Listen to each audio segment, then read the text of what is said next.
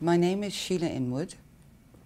I'm a clinical nurse specialist in vascular access and RN, and this is my story.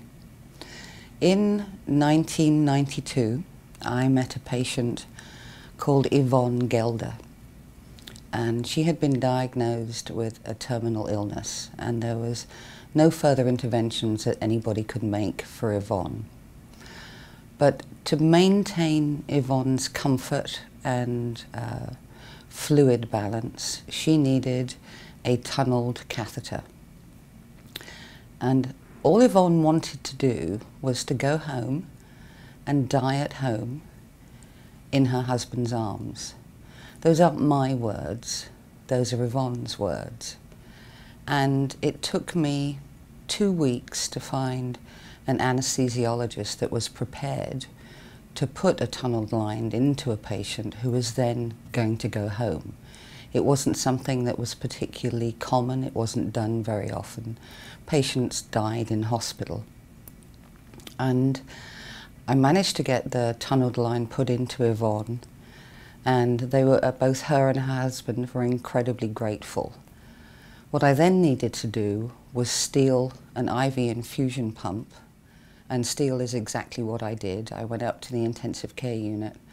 I was working as the IV nutrition nurse. That's why I had gotten involved with Yvonne. And one of my friends stole just a standard IV infusion pump. All Yvonne needed was a couple of litres of fluid over a 24-hour period just to maintain her hydration. So, with Yvonne safely settled at home with her husband, I stole the infusion pump, put it in the back of the car. All the prescriptions for the fluid were done by her local practitioner.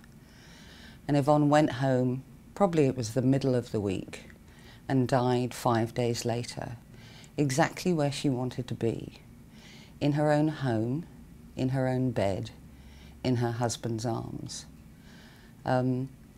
It sounds very emotional, but to be able to make that possible for somebody was probably one of the main reasons that I got involved in vascular access.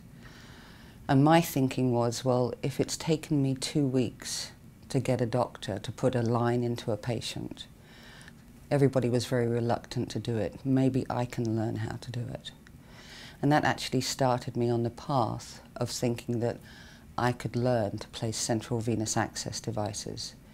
And with a huge amount of support from anesthesiologists and surgeons, I placed my first CVC a month later in 1992. Subsequent to that, I got involved with AVA. I heard about AVA and started to come, if I could, and was able to every year, and became a member. The biggest move forward for me, because I hadn't done this, for me I was stepping totally into the unknown, was the network, meeting people that were thinking about doing this, had patients at home for long periods of time, the exhibit hall, all the products that were available, the technologies that were coming onto the market. And over time I managed to come to AVA pretty much every single year, and always brought something back that always not only improved my practice, but I think improved my patients' care.